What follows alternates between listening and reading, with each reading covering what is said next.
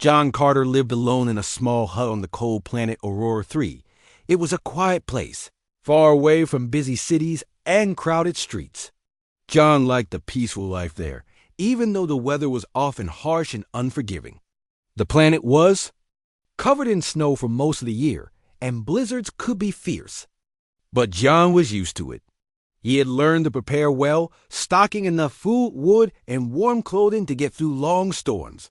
One evening, as the sun disappeared behind the snowy hills, the wind began to howl louder than usual. The sky darkened quickly, and soon heavy snow began to fall. John closed the windows tight and made sure the door was secured. He built up a strong fire in the fireplace and sat down with a cup of hot tea, listening to the storm outside. Hours passed, and the blizzard grew stronger. John felt safe inside, sheltered from the icy winds. But suddenly, a loud knock echoed at his door. It startled him. Who would be outside in such terrible weather? Cautiously, John walked to the door and opened it slightly. The fierce wind pushed against him, sending snow into his hut. Through the heavy snowfall, John could barely see, but then a figure stumbled into view. It was a woman, though not human. Her skin was pale blue, and her eyes glowed softly in the dim light. She looked frightened and desperate, shivering uncontrollably. Without thinking twice, John opened the door wider, pulling her quickly inside. The woman stepped into his hut, shaking from the cold, snow falling from her thin clothes. When she turned to look at John clearly for the first time, her eyes widened with fear. She backed away, bumping into the wooden table behind her. "Please," John said gently, lifting his hands to show he meant no harm. "You are safe here. I won't hurt you." She stared at him for a moment, her breathing fast and uneven. John saw the terror in her eyes and wondered why she was so afraid. He moved slowly, careful not to scare her more. "It's all right," he said again softly. "Sit by the fire. You'll get warm." She hesitated but seemed too tired and cold to run. Slowly, she moved toward the fireplace, keeping her eyes fixed on John. He took a warm blanket and offered it to her, placing it carefully in her hands. The alien woman wrapped it around herself, still watching him closely. "My name is John," he said in a calm voice. "You're welcome to stay until the storm passes." "Zara," she finally spoke, her voice quiet and shaky. "Thank you." John smiled gently. He moved to prepare a warm drink and some food. Zara watched his every step, her fear slowly turning into curiosity. After a few minutes, John placed a cup of hot soup in front of her. Zara looked at the food hesitantly, then began eating quickly, clearly very hungry. As Zara ate, John sat nearby but kept a safe distance, giving her space. He wondered where she had come from and why she was outside in such dangerous weather. When Zara finished her food, she seemed calmer. The warmth of the fire and the hot meal had helped her relax. "Why are you afraid of me?" John asked carefully, trying not to alarm her. Zara looked away for a moment, then back at John. "My people," she said slowly, "have learned not to trust humans. There have been many troubles between us in the past." John understood. He had heard stories of conflicts between humans and Zara's people, though he had never met her kind before. "I'm sorry," he said sincerely, "but I am not here to harm anyone. I came to this place to live peacefully." Zara nodded slightly, seeming to accept his words. "I ran from some hunters," she explained quietly. "They want to hurt me, but I did nothing wrong." John felt a wave of anger hearing this. "You're safe here," he assured her firmly. "I won't let anyone harm you." Zara relaxed even more, hearing the strength and kindness in John's voice. She began to feel less afraid, sensing that she truly was safe with this strange but gentle human. The storm continued to rage outside, but inside the hut, a cautious trust began to form between John and Zara. They sat quietly, listening to the wind and snow battering against the hut, each silently grateful for the unexpected company in this cold, lonely place. Zara knew the danger was not yet gone, but for this moment she felt safe and protected in John's presence. The storm continued through the night, howling fiercely outside John's small hut. Inside, however, the atmosphere slowly became calmer.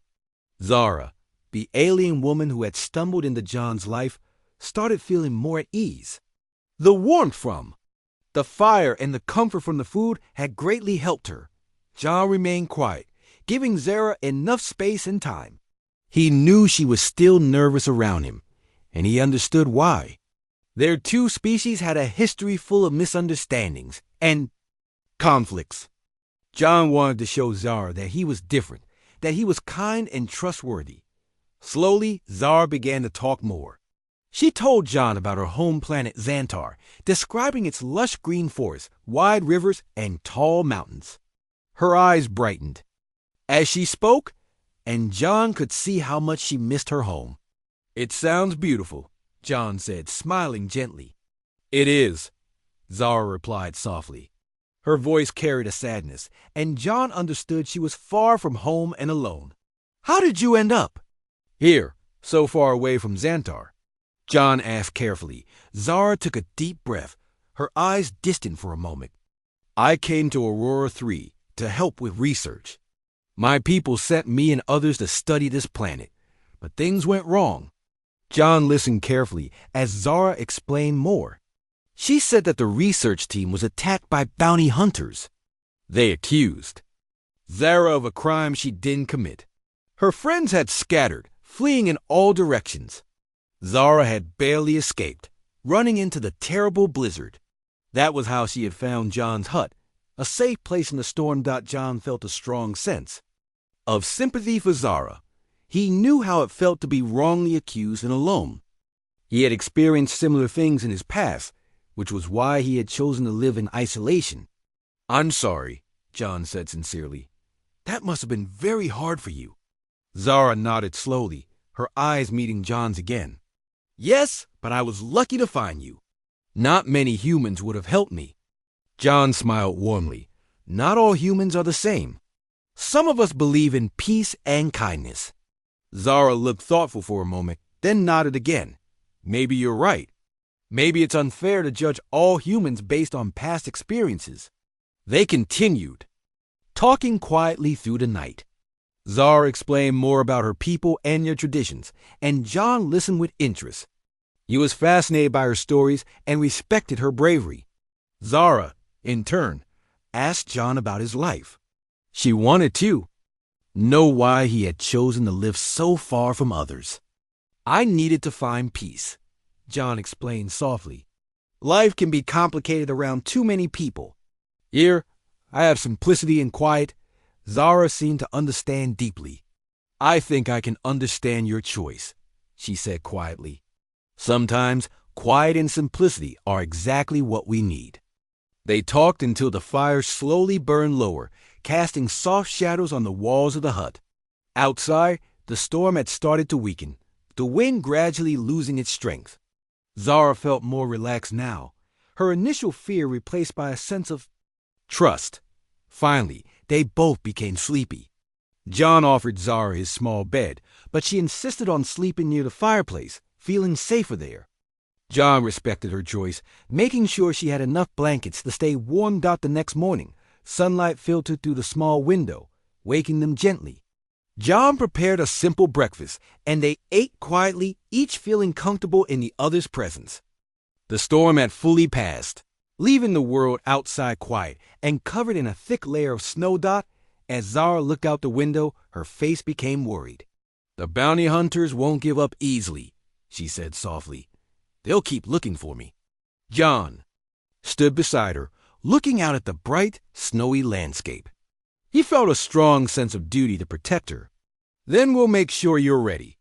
We'll plan carefully and ensure your safety." Zara looked at him, surprised but grateful. "You would risk yourself for me." John nodded firmly. "Yes, no one deserves to be treated unfairly. And you're not alone now." Zara smiled warmly, feeling a deep sense of gratitude.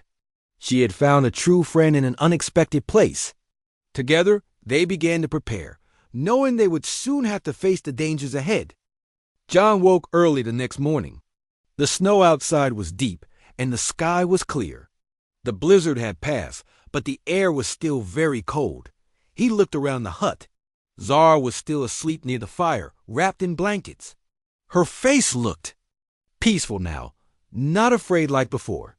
John quietly stepped outside. He needed to check for any signs of trouble. He walked around the hut, scanning the snow for tracks.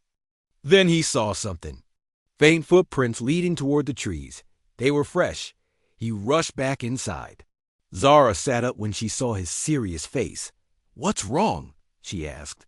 "Someone's been here," John said. "There are tracks in the snow. They're looking for you." Zara's eyes filled with fear again. "The hunters, they found me." John grabbed his coat and some supplies. "We don't have much time, but don't worry. I have a plan." Zara followed his lead. John took her to a hidden spot behind his hut where he kept a small storage cellar. It was underground and covered with snow. He helped her climb down into it. "Stay here," he said. "It's warm enough and no one will find you." Zara nodded. "Be careful, John." John closed the hatch and covered it with snow. Then he returned inside the hut and waited. Not long after, 3 rough-looking men appeared outside. They knocked hard on the door. John opened it calmly. "Can I help you?" One of the men stepped forward. He had a scar on his face and cold eyes. "We're looking for someone. A fugitive. A blue-skinned alien woman. You seen her?" John shook his head. "No, haven't seen anyone except snow and trees." The man narrowed his eyes. "You live here alone?" "Yes," John said. "No one else." The men looked around.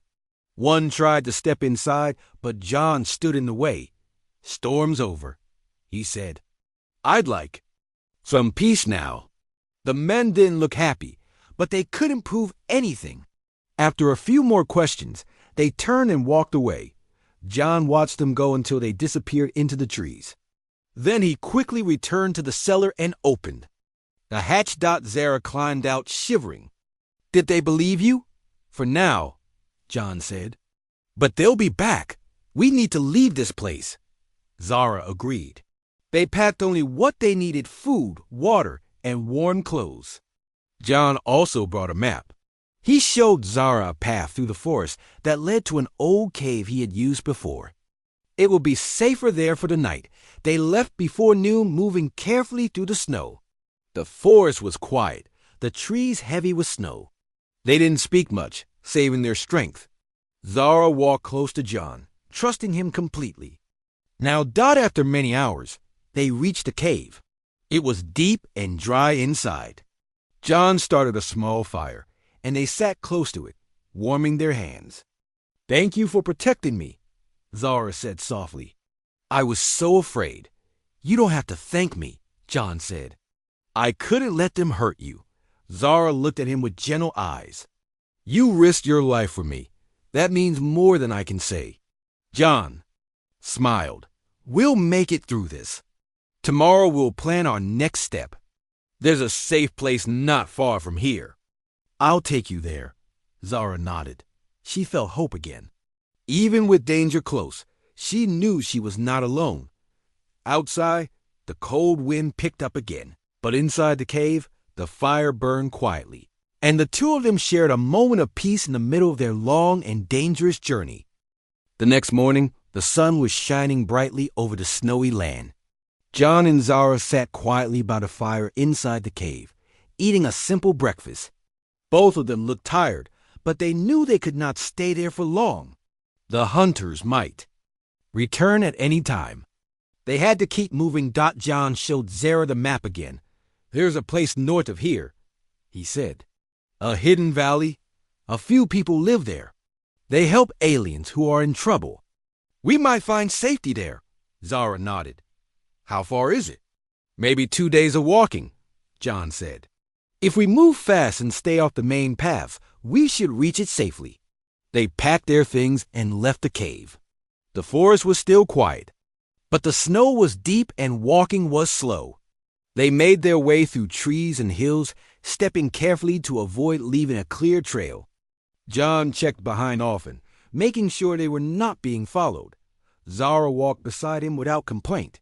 She was strong, even though she had been through so much. Sometimes they stopped to rest, and John would tell her more about the land. He spoke in a calm voice, helping her feel less afraid. During the afternoon, they heard strange sounds in the distance. Loud clicks and growls echoed through the trees. John signaled for Zara to stop. Wild creatures live in these parts, he said. Some are dangerous. They moved more carefully after that, keeping close to rocks and thick trees. As night came, they found a spot under a cliff to rest.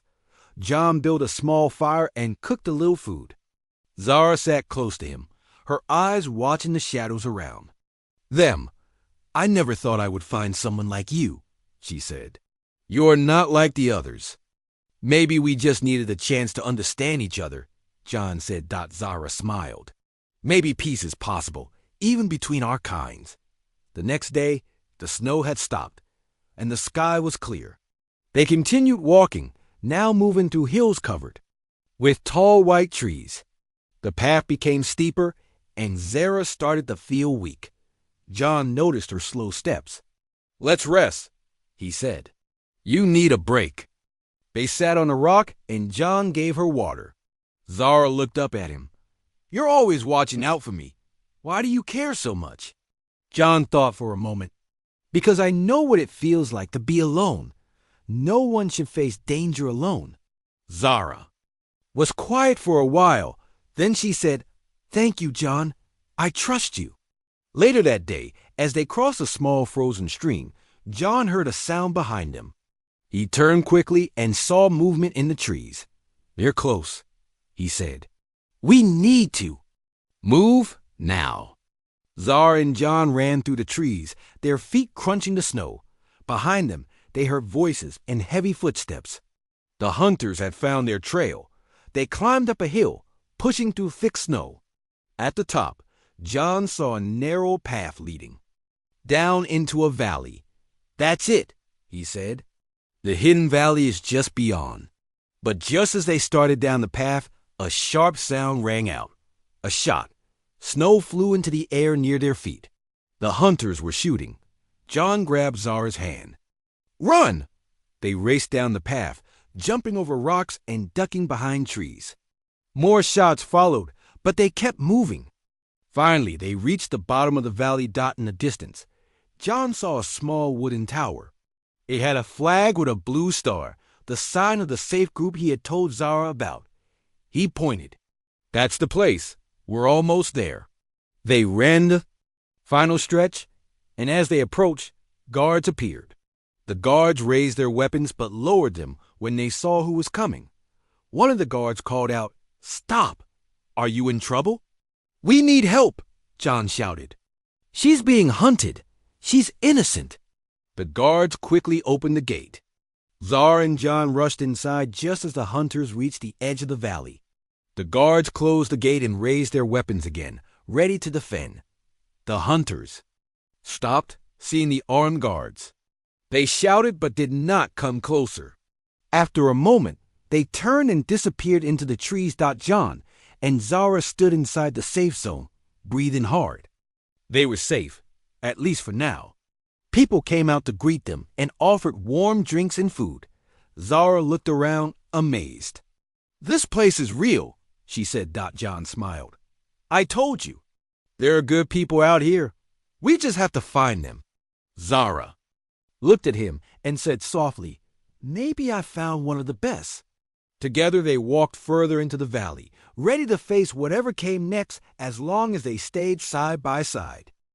Zara and John were given a small room in one of the wooden houses inside the valley. The people there were kind and gentle. Some of them were humans, and others were aliens from different planets. They all lived in peace and helped each other. Zara looked around with wonder. She had never seen humans and aliens working together like this. Children played in the snow. Farmers worked in greenhouses. People smiled and greeted each other with kindness. It felt like a dream. John spoke with a woman named Linda, who helped run the valley. She listened to his story about Zara and the hunters. She can stay here, Linda said. But the hunters may come again. We must be ready. Zara sat near the fire. That night, thinking deeply, she felt safe but also worried. The hunters had followed them so far. They might not stop. She wondered how long the peace in the valley would last. The next morning, John and Zara joined the others in helping with daily work. Zara helped in the kitchen, cutting vegetables and learning to cook with human tools. She laughed with the other women and started to feel like she belonged. John helped build a fence around the edge of the valley. He worked hard and stayed alert. He knew the hunters would not give up. Later that day, a boy ran into the village shouting, "There's smoke on the ridge." Everyone stopped. John climbed the tower to see better. In the distance, dark smoke rose into the sky. The hunters were nearby. Linda called a meeting. "We must defend this place," she said. "We won't let them take one of our own." Zara stood up. "I don't want anyone to get hurt because of me. Maybe I should leave." John shook his head. "No, this is not just about you. This is about standing against people who hurt others." "We stay together," the people agreed. They made plans to protect the valley. Some would guard the gate. Others would watch from towers. A few set traps in the snowy paths. That night, John sat with Zara outside their small room. The stars were bright, and the air was cold. "I never thought I'd find a place like this," Zara said. "Me neither," John replied.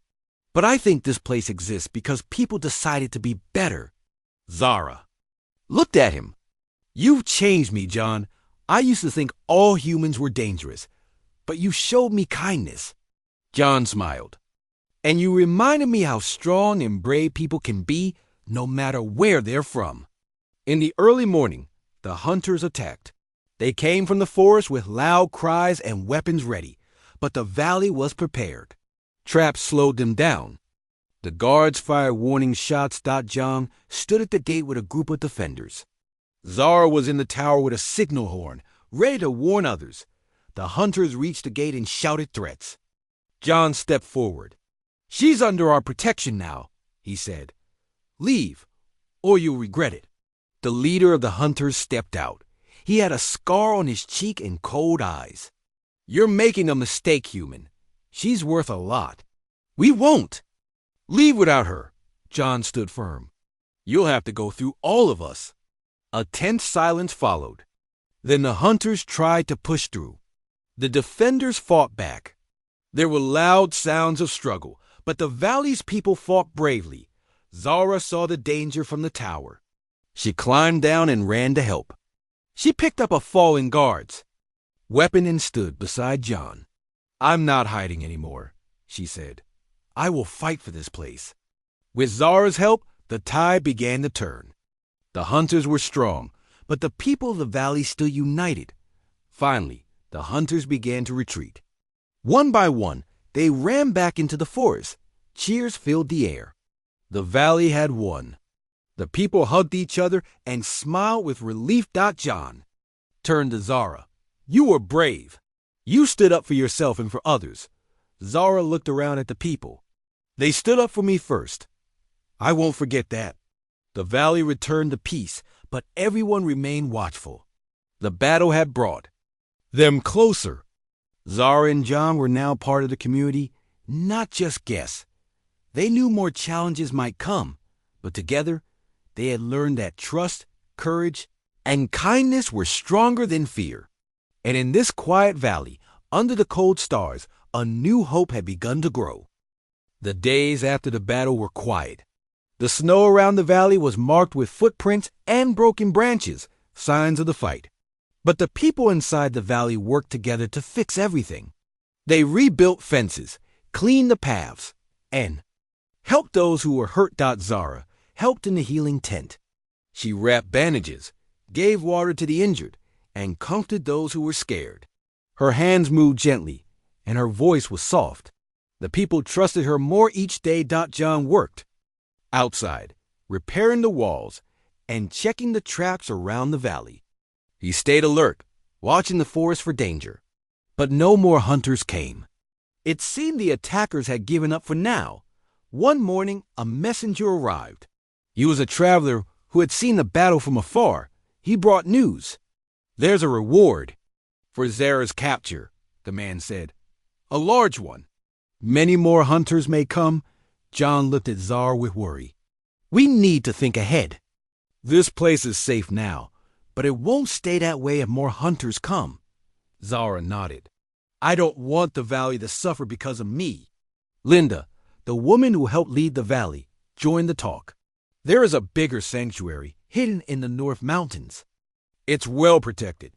If Zara gets there, she'd be truly safe." John agreed. "Then we go. I'll take her." Zara looked at him. "You've done so much. Are you sure?" John smiled. "Yes, I won't stop helping you now." They packed light for the journey.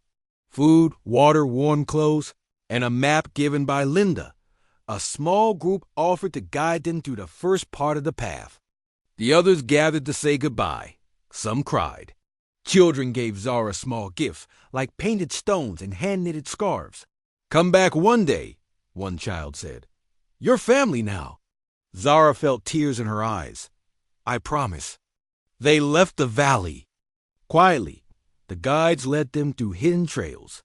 For 2 days, they walked over frozen rivers, through narrow passes, and across snowy fields. The wind was strong, and the cold bit at their faces, but they kept going. On the third day, the torrent was strong, and the cold bit at their faces, but they kept going. On the third day, but they kept going. Guides said goodbye. "This is where we stop," one said. "The sanctuary is still 2 days ahead. Be careful." John and Zara thanked them and continued alone. The land ahead was rough. The hills were steep and the snow deeper. Wolves howled at night, and strange lights moved in the sky. One evening, they found an old shelter made from stone. It had no door, but it blocked the wind. They built a fire and sat close. Zara looked at John. "I don't know what I would have done without you." John looked into the fire. "You gave me purpose again." "I have forgotten what it felt like to care." Zara placed her hand over his. "We helped each other." They rested for the night. In the morning, they continued. The path grew harder. Sharp rocks stuck out from the snow. Zara slipped and hurt her ankle. John helped her walk, supporting her with his arm. He didn't complain or slow down. "We're almost there," he kept saying. "Just a little more." By the afternoon, they saw something in the distance. Tall towers with blinking lights. A wall made of silver metal. They had reached the sanctuary. Dock guards stood at the gate. They raised their weapons, but lowered them when they saw Zara's face. "You're safe now," one of them said. "We've been waiting for you." Inside, the sanctuary was like a city. There were buildings, gardens, and people of many kinds. Everyone moved with purpose, and Peace. Zara and John were taken to a clean room. Doctors checked Zara's ankle and gave her medicine. They offered John rest and food. Later, a leader of the sanctuary came to meet them. She was an older alien woman with wise eyes. "Zara," she said, "we know your story. You are welcome here. You have proven your heart. And you, John, are a friend to all who seek peace." John thanked her, but looked at Zara. "What will you do now?" Zara stood up slowly. "I want to help others, like you helped me. I want to teach peace between humans and my people." John nodded. "That's a good path." Zara looked at him gently. "Will you stay with me?" John thought for a moment, then smiled. "Yes, I think I found a new home too." Together they stepped outside to explore their new world. A place of safety. A place where trust could grow. A place where a human and an alien had become more than just survivors. They had become hope for a better future.